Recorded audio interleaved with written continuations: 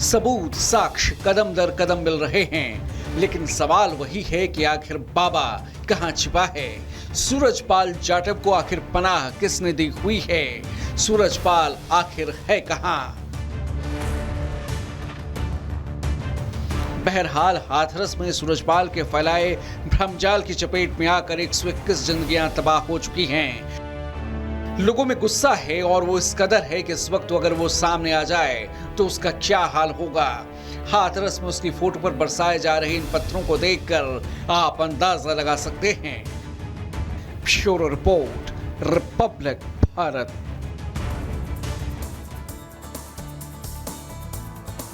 चलिए, तो रिपोर्ट हमने आपको दिखाई और अब हम सीधे रुक कर लेते हैं। हमारे दो सहयोगी इस वक्त हमारे साथ जुड़ रहे हैं। हमारे साथ अजय दुबे जुड़ चुके हैं जो कि मैनपुरी में मौजूद हैं, और सृष्टि इस वक्त हमारे साथ सीधे हाथरस से जुड़ रही हैं। सृष्टि, सबसे पहले आप ये बताइए, क्योंकि मौत का आंकड़ा लगातार बढ़ रहा है, लेकिन बड़ा सवाल अब ये पूछा जा रहा है कि बाबा कहां है?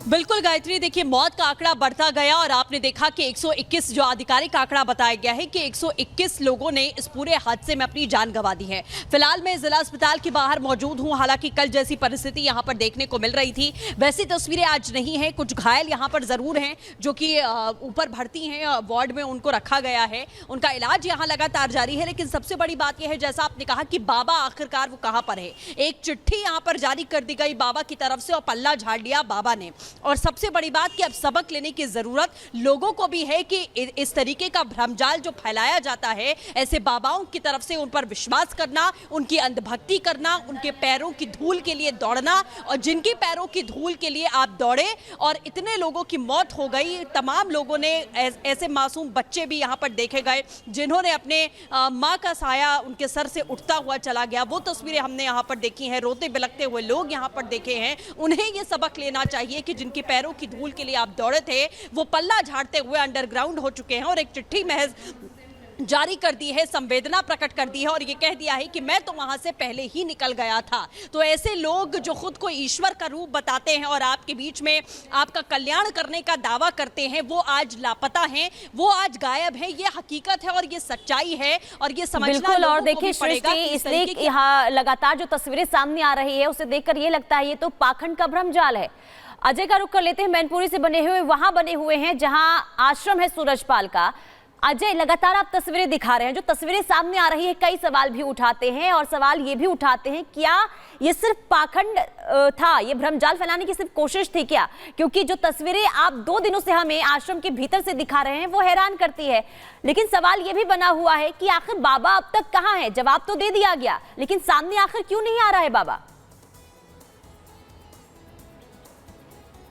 आश्रम के आसपास की तस्वीरें, आसपास की आबो हवा और सुरक्षा व्यवस्था ये बात की तस्दीक तो लगभग करते हुए दिखाई देते हैं। ऑफिशियल अनाउंसमेंट तो नहीं है, लेकिन ये तस्दीक है कि बाबा मैनपुरी के आश्रम में ही मौजूद है। पुलिस के बड़े बड़े अधिकारी, पुलिस की हाई प्रोफाइल सुरक्षा ये बता रही है कि बाबा इसी आश्रम में मौजूद है। बाबा के धार्मिक प्रवचन, बाबा के धार्मिक प्रैक्टिस की अगर बात की जाए तो बाबा अपने सत्संगों में, अपने धार्मिक कार्यक्रमों में सनातन परंपरा, सनातन धर्म ग्रंथों, किसी का कोई रेफरेंस, कोई बात करते दिखाई नहीं देते। उनके अपने जो विचार हैं, अपनी जो बातें हैं, वही लोगों के बीच लेकर जाते हैं। और पश्चिमी उत्तर प्रदेश के जो एक जो फेमिलिटी दिखाई देती है कि जो पिछड़े तबके के, कम जो गरीब परिवार के लोग हैं ज्यादातर, वो उनसे प्रभावित है, महिलाओं में खास उनको लेकर रुचि है। तो ये वो पूरा एक पैटर्न है जो देखने को मिलता है। और जैसे ये घटना घटी है, केवल एक कागज जारी कर देना, ये कहना कि मैं समय से पहले निकल गया था, जबकि साफ साफ जो एसडीएम है उसने अपनी जो रिपोर्ट डीएम को दी है उसमें कहा है कि इनके जो कमांडोज थे, इनकी टीम के जो लोग थे जिन्होंने धक्का दिया लोगों को पीछे हटने के लिए,